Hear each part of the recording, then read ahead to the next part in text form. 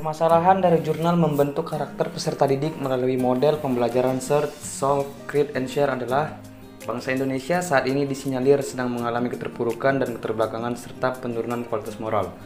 Hal ini ditandai dengan munculnya degradasi moral yang tidak saja menimpa kepada pelajar dan mahasiswa, tetapi keadaan sudah mewabah di masyarakat luas. Seperti merabaknya paham individualistis, yakni lebih suka mementingkan diri sendiri dan kelompok daripada kerjasama dalam masyarakat. Munculnya permasalahan bangsa yang syarat dengan korupsi, kolusi, dan nepotisme, dan maraknya kebohongan publik dari pemimpin bangsa. Semua perilaku negatif tersebut di atas jelas menunjukkan kerapuhan karakter yang cukup parah yang salah satunya disebabkan oleh lunturnya nilai-nilai karakter bangsa. Dalam konteks ini, karakter merupakan nilai-nilai perilaku manusia yang berhubungan dengan Tuhan Yang Maha Esa, diri sendiri, sesama manusia, lingkungan, dan kebangsaan yang terwujudnya dalam pikiran, sikap, perasaan, perkataan, dan perbuatan berdasarkan norma-norma agama, hukum, tata krama, budaya, dan adat istiadat. Lunturnya nilai-nilai tersebut hakikatnya merupakan bagian dari karakter individu. Individu yang memiliki karakter baik adalah individu yang bisa membuat keputusan dan siap mempertanggungjawabkan setiap akibat dari perbuatannya. Dengan demikian sebaliknya, individu yang berkarakter jelek jauh dari perbuatan terpuji. Cara dan strategi mengatasi masalah tersebut adalah fase search. Pada fase ini, strategi yang dilakukan pendidik untuk mengadakan dan membimbing peserta didik. Fase solve. Pada fase ini, peserta didik bekerja dalam kelompok untuk merancang atau menyusun langkah-langkah penyelesaian masalah dari permasalahan-permasalahan yang telah dirumuskan bersama. Fase create. Pada tahap ini, peserta didik mampu menghasilkan jawaban permasalahan dari pendidik, mendorong peserta didik untuk menggambarkan mengapa peserta didik menyimpulkan hal tersebut. Fase share. Pada urutan dalam penyelesaian masalah, beberapa kelompok memperlihatkan hasil pekerjaan mereka di depan kelas. Kelompok lain diminta untuk memberikan umpan balik dan berdasar pada hasil pekerjaan mereka. Hal ini dilakukan untuk menentukan solusi yang paling tepat. Pada akhir fase ini, pendidik bersama-sama peserta didik membuat suatu kesimpulan. Prosedur langkah-langkah masing-masing solusi adalah model pembelajaran SSCS adalah model yang mengajarkan suatu proses pemecahan masalah dan mengembangkan keterampilan pemecahan masalah. Model ini terdiri dari 4 fase, yaitu fase mengidentifikasi masalah atau search, fase mendesain solusi atau solve, fase memformulasikan hasil atau create, dan mengkomunikasikan hasil atau share. Pembelajaran matematika yang memuat komponen-komponen tersebut tidak hanya tujuan kognitif dicapai, tetapi tujuan untuk membentuk karakter peserta didik diharapkan dapat dicapai seperti sikap ingin tahu, mandiri, kerja keras, logis, kritis, bertanggung jawab, percaya diri, toleransi, peduli, taat aturan atau disiplin, demokratis, dan komunikatif, dan karakter positif lainnya. Salah satu permasalahan mutu pendidikan di Indonesia adalah rendahnya proses pembelajaran seperti penggunaan metode yang kurang tepat, kurikulum, manajemen sekolah yang tidak efektif, dan kurangnya minat dalam menerima pengajaran. Realitas di lapangan menunjukkan bahwa siswa tidak memiliki kemauan belajar yang tinggi, baik dalam mata pelajaran yang disukai maupun mata pelajaran yang tidak disukai sekalipun. Banyak siswa yang tidak bersemangat di dalam kelas, tidak mampu memahami dengan baik pelajaran yang disampaikan oleh guru-guru di kelas mereka. Hal ini menunjukkan bahwa siswa tidak mempunyai motivasi yang kuat untuk belajar. Siswa masih menganggap kegiatan belajar tidak menyenangkan dan akhirnya memilih kegiatan yang lain. Menurut Mujiono, dalam proses belajar mengajar ada 4 komponen penting yang berpengaruh bagi keberhasilan belajar siswa, yaitu bahan belajar, suasana belajar, media pembelajaran, dan sumber belajar. Dan tidak kalah pentingnya adalah guru sebagai subjek pembelajaran. Komponen-komponen tersebut sangat penting dalam proses belajar, sehingga tidak boleh melemahkan salah satu komponen yang lain agar tidak menghambat dalam mencapai tujuan belajar. Dari adanya permasalahan pendidikan tersebut, tentunya kita harus mencari cara atau strategi untuk menyelesaikannya. Salah satu strategi yang dianjurkan untuk menangani permasalahan pendidikan yang sebelumnya dijelaskan adalah metode pembelajaran dengan Contextual Teaching and Learning atau CTL, yang dimana Strategi tersebut atau metode pembelajaran tersebut dipengaruhi oleh filsafat konstruktivisme yang berpandangan bahwa hakikat pengetahuan mempengaruhi konsep tentang proses belajar. Karena belajar bukanlah sekedar menghafal, melainkan mengkonstruksi pengetahuan melalui pengalaman. Pengetahuan bukanlah hasil pemberian dari orang lain seperti guru, melainkan hasil dari proses mengkonstruksi yang dilakukan setiap individu. Adapun langkah-langkah dari metode pembelajaran CTL antara lain: pertama, CTL menekankan kepada proses keterlibatan siswa untuk menemukan materi. Artinya, proses belajar diorientasikan pada proses pengalaman secara langsung. Proses belajar dalam konteks CTL tidak mengharapkan agar siswa hanya menerima pelajaran, tetapi proses mencari dan menemukan sendiri materi pelajaran. Kedua, CTL mendorong agar siswa dapat menemukan hubungan antara materi yang dipelajari dan situasi kehidupan nyata. Artinya, siswa dituntut untuk dapat menangkap hubungan antara pengalaman belajar di sekolah dengan kehidupan nyata. Hal ini sangat penting, sebab hal tersebut dapat mengorelasikan materi itu akan bermakna secara fungsional. Materi yang dipelajari akan tertanam erat dalam memori siswa, sehingga tidak akan mudah dilupakan. Ketiga, CTL mendorong siswa untuk dapat menerapkannya dalam kehidupan. Artinya, CTL bukan hanya mengharapkan siswa dalam memahami materi yang dipelajarinya, melainkan bagaimana materi pelajaran itu dapat mewarnai perilakunya dalam kehidupan sehari-hari. Materi pelajaran dalam konteks CTL bukan untuk ditumpuk di otak dan kemudian dilupakan, melainkan sebagai bekal mereka dalam mengarungi kehidupan nyata. Materi yang berikutnya yaitu pembelajaran inovatif dalam pembentukan karakter siswa.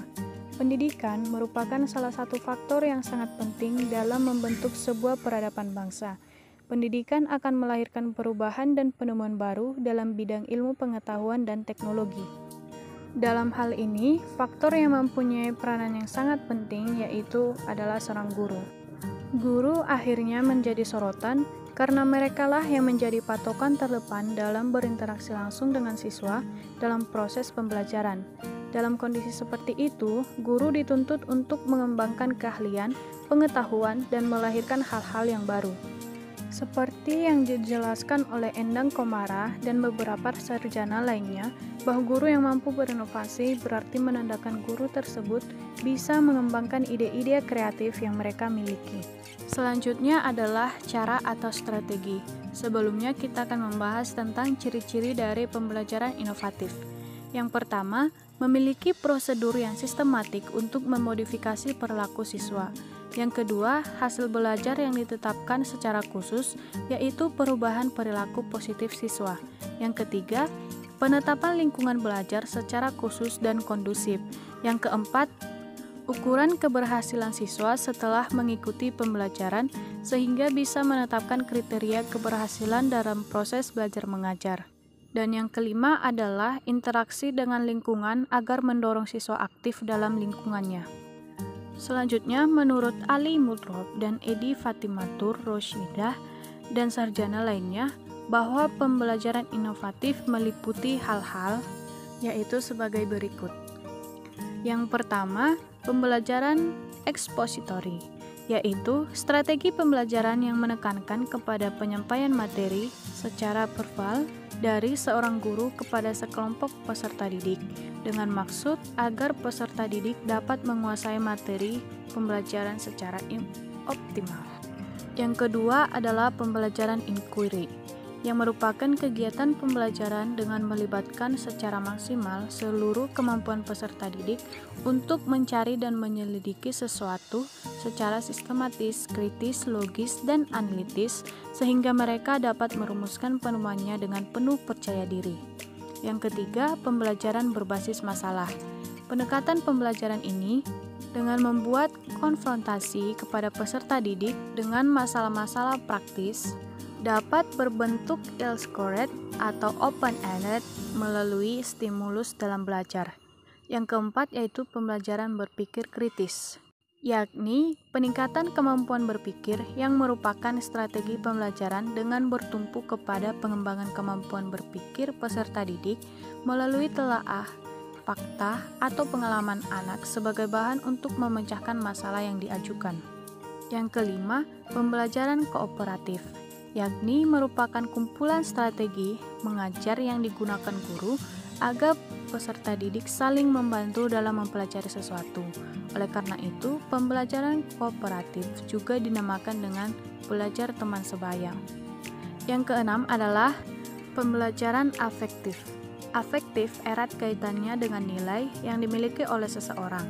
Oleh karena itu, pendidikan sikap pada dasarnya adalah pendidikan nilai. Dan yang kedelapan atau yang terakhir adalah pendekatan ilmiah dalam pembelajaran. Proses pembelajaran dapat dipadankan dengan suatu proses ilmiah. Karena itu, kurikulum 2013 mengamanatkan esensi pendidikan ilmiah dalam pembelajaran. Pembelajaran berbasis masalah, peningkatan kemampuan berpikir, pembelajaran kooperatif, pembelajaran kontekstual, pembelajaran afektif, dan pendekatan ilmiah. Beberapa teori yang berkenaan dengan pembelajaran inovatif ini diantaranya, yang pertama adalah teori kognitif. Teori ini mengandalkan pikiran dan konsep dasar yang dimiliki oleh peserta didik. Teori yang kedua yaitu teori humanistik. Teori ini mengandalkan komunikasi dengan individu lainnya. Menurut teori ini, manusia akan membutuhkan 4 fase dalam belajar, yaitu perhatian, retensi, reproduksi, dan motivasi. Teori yang ketiga yaitu teori Gestalt.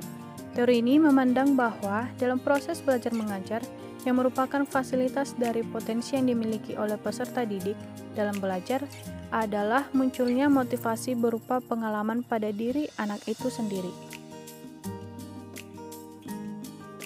Permasalahan dari jurnal Efektivitas penggunaan model pembelajaran Joyful Learning dengan metode pemberian tugas terhadap prestasi belajar siswa pada materi pokok koloid siswa kelas 11 IPA SMA Negeri 1 Simo tahun pelajaran 2012-2013.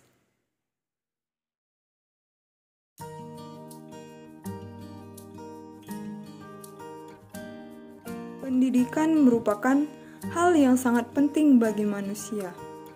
Peran pendidikan adalah untuk menciptakan kehidupan yang cerdas dan pengembangan potensi dalam diri manusia. Pendidikan juga berperan penting bagi perkembangan peradaban bangsa. Bangsa yang maju adalah bangsa yang mempunyai sumber daya manusia yang berkualitas. Untuk menghasilkan sumber daya manusia yang berkualitas, perlu adanya sistem pendidikan yang berkualitas pula. Sehingga, pendidikan perlu mendapat perhatian, penanganan, dan prioritas dari pemerintah, masyarakat, maupun pengelola pendidikan, agar pelaksanaannya sesuai dengan tujuan yang diharapkan, sebagaimana tertuang dalam Pasal 1 Undang-Undang Nomor 20 Tahun 2003 tentang Sistem Pendidikan Nasional. Tujuan pendidikan adalah berkembangnya potensi peserta didik agar menjadi manusia yang beriman dan bertakwa kepada Tuhan Yang Maha Esa, berakhlak mulia, sehat, berilmu, cakap, kreatif, mandiri, dan menjadi warga negara yang demokratis, serta bertanggung jawab. Ketercapaian tujuan pendidikan nasional bergantung pada keberhasilan proses belajar mengajar antara guru dan siswa. Peran guru dalam hal ini adalah membelajarkan, sedangkan peran siswa adalah belajar. Pada tahun 2006, pemerintah Indonesia telah memberlakukan kurikulum tingkat satuan pendidikan atau kita sebut dengan KTSP yang disusun dan dikembangkan berdasarkan Undang-Undang Nomor 20 Tahun 2003 tentang Sistem Pendidikan Nasional. KTSP pada dasarnya merupakan strategi pengembangan kurikulum untuk mewujudkan sekolah yang efektif, produktif, dan berprestasi. Oleh karena itu, setiap sekolah wajib mempunyai kemampuan, baik sistem pengajaran maupun personil, untuk menuju keberhasilan pembelajaran yang maksimal. Cara atau strategi yang dapat dilakukan untuk permasalahan ini ialah Joyful Learning merupakan strategi pembelajaran untuk mengembangkan keterampilan dan pemahaman siswa dengan penekanan pada belajar sambil bekerja atau learning by doing. Joyful Learning dapat membantu mengembangkan kemampuan berpikir, membangun sendiri konsep materi pelajaran, serta kemampuan merumuskan kesimpulan pada siswa, dan menghadapkan siswa kepada suatu keadaan yang menyenangkan, sehingga dapat membuat siswa menyukai materi yang diberikan. Karena proses belajar didesain lebih dinamis, menekankan hal-hal visual dan menyenangkan. Joyful Learning berpengaruh besar pada prestasi siswa. Prestasi siswa akan meningkat dengan digunakannya Joyful Learning. Pada dasarnya, materi pembelajaran akan mudah diterima siswa apabila siswa memiliki keaktifan dan rasa ingin tahu yang tinggi yang didukung oleh metode yang tepat yang dapat mendorong siswa untuk lebih aktif. Berarti siswa yang mendominasi aktivitas pembelajaran. Siswa dapat menemukan ide pokok materi, memecahkan masalah dan mengaplikasikan apa yang mereka pelajari ke dalam kehidupan nyata. Prosedur atau langkah-langkah solusi dari masalah ini. Belajar ialah suatu proses usaha yang dilakukan seseorang untuk memperoleh suatu perubahan tingkah laku yang baru secara keseluruhan, sebagai hasil pengalamannya sendiri dalam interaksi dengan lingkungannya. Dalam proses belajar mengajar, terjadi interaksi yang dilakukan oleh guru dengan peserta didik. Untuk mencapai tujuan pembelajaran yang telah dirumuskan, perlu adanya perencanaan terhadap kegiatan pembelajaran. Memilih model dan metode pembelajaran yang sesuai dapat menciptakan kegiatan pembelajaran yang efektif sehingga dapat menunjang keberhasilan penguasaan konsep pada diri peserta didik secara optimal. Yang pertama, pembelajaran menyenangkan atau joyful learning merupakan suatu proses pembelajaran yang di dalamnya terdapat suatu pola hubungan yang kuat antara guru dan siswa, tanpa perasaan terpaksa atau tertekan, sehingga perlu diciptakan suasana demokratis dan tidak ada beban baik guru maupun siswa dalam melakukan pembelajaran. Yang kedua, dalam joyful learning, siswa dituntut untuk lebih aktif dan guru hanya sebagai fasilitator.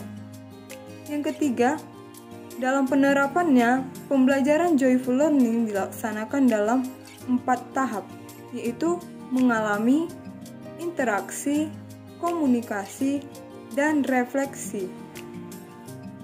Model pembelajaran joyful learning dengan metode pemberian tugas dapat memacu siswa untuk membangun konsep sendiri melalui tugas yang diberikan guru pada awal pembelajaran. Pemberian tugas yang menarik dan menyenangkan atau joyful dapat membuat siswa tidak merasa jenuh dan tidak merasa bosan dalam mengerjakan tugas, sehingga diharapkan akan mendapatkan nilai yang memuaskan. Hal ini disebabkan pada pemberian tugas, siswa dituntut untuk lebih aktif dan kreatif. Adanya interaksi dan kerjasama yang baik antara siswa dengan siswa dan antara siswa dengan guru. Berdasarkan hasil observasi dan tes, pembelajaran dengan menggunakan model joyful learning dengan metode pemberian tugas dapat meningkatkan prestasi belajar siswa. Prestasi belajar siswa meliputi aspek kognitif dan aspek afektif. Yang pertama, penilaian aspek afektif dilakukan untuk memberikan informasi kepada guru terkait sikap siswa selama proses pembelajaran. Yang kedua, penilaian aspek kognitif dilakukan melalui pretest dan posttest. Sedangkan aspek afektif penilaiannya hanya melalui posttest di akhir pembelajaran untuk mengetahui prestasi belajar siswa. Salah satu permasalahan dalam pendidikan yang akan saya bahas kali ini adalah bagaimana menciptakan pembelajaran yang menyenangkan dalam menumbuhkan peminatan anak usia dini terhadap pelajaran. Kita mulai dari definisi pembelajaran. Pembelajaran secara umum dapat diartikan sebagai cara, metode, proses, dan perbuatan yang menjadikan suatu aktivitas mengalami kegiatan belajar. Pembelajaran memiliki beragam pendekatan, bentuk, dan formula tergantung pada sasaran dan informasi yang dikumpulkan terkait anak didik yang hendak menjalani pembelajaran itu sendiri. Keberhasilan dari suatu pembelajaran bergantung pada bagaimana pendidik mengenali peserta didiknya, seperti preferensi metode dalam menerima informasi, rata daya tangkap peserta didik dalam satu kelas, pendekatan seperti apa yang digunakan untuk mensugesti anak didik yang tertinggal dari teman-temannya, dan yang terpenting adalah mengarahkan pembelajaran menjadi kegiatan yang menyenangkan sehingga materi yang disampaikan dapat diterima dengan baik oleh anak. Berdasarkan pengertian dan abstraksi permasalahan yang barusan kita simak bersama, berikut ruang lingkup solusi yang dapat mengatasi permasalahan bagaimana menciptakan pembelajaran yang menyenangkan dan menumbuhkan peminatan anak usia dini terhadap pelajaran, yakni sebagai berikut. Yang pertama adalah minat, yang kedua adalah bakat, yang ketiga adalah media pembelajaran pada anak usia dini, dan yang keempat adalah pembelajaran berbasis minat anak. Permasalahan ini dapat diatasi dengan menyusun strategi ataupun cara menanggulangi masalah ini bermodalkan dari 3 macam pendekatan. Yaitu yang pertama adalah pendekatan Montessori,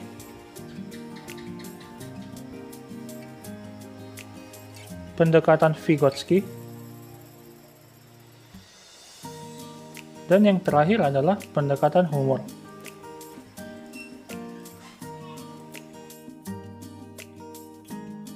Berikut prosedur atau langkah-langkah dari masing-masing solusi. Adapun langkah-langkah dari masing-masing solusi yang ditawarkan dalam bentuk pendekatan yang sudah kita simak bersama, yakni pendekatan Montessori. Langkah pertama adalah pendata ataupun pengajar harus mendata bidang apa yang menjadi ketertarikan masing-masing peserta didik. Oleh karena itu, dalam satu kelas diharapkan adanya kebijakan bahwa jumlah peserta dalam satu kelas paling banyak kurang dari 10 orang, sebab memfasilitasi bidang yang tiap-tiap anak gemari akan jadi masalah besar bila jumlah peserta di dalam satu kelas terlalu banyak dan ketertarikan yang dimiliki tiap-tiap anak terlalu bervariasi dan tidak tergolong dalam kategori-kategori tertentu.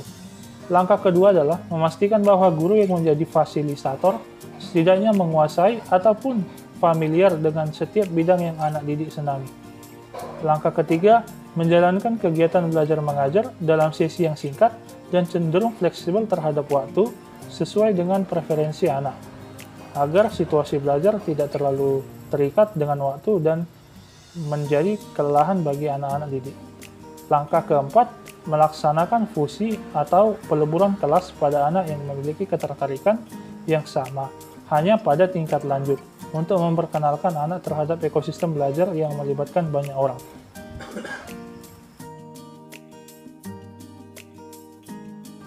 Solusi dari pendekatan Vygotsky. Secara garis besar, teori Vygotsky sudah diterapkan di pendidikan Indonesia secara konvensional, di mana guru sebagai orang dewasa harus dapat memfasilitasi dirinya dengan pengetahuan, keahlian, dan pengalaman yang dapat membantu peserta didik dan mengatasi kesulitan yang mereka hadapi semasa menjalani proses pembelajaran.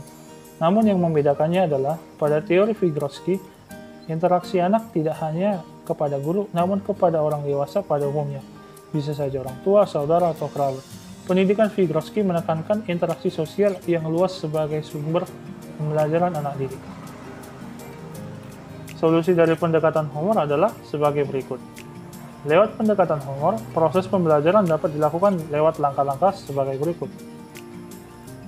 Yakni, yang pertama, menyiapkan video pembelajaran, buku bergambar, dan majalah yang lucu dan interaktif.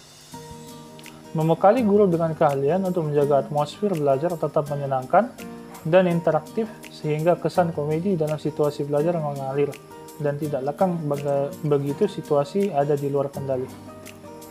Yang ketiga, meningkatkan keterlibatan murid dalam kegiatan belajar, dalam kegiatan tanya jawab dan selalu menggunakan kalimat yang halus, serta saran yang konstruktif setiap kali siswa tertinggal dari kawan-kawannya dalam mendalami materi ataupun dalam kasus bila siswa tersebut melakukan kesalahan.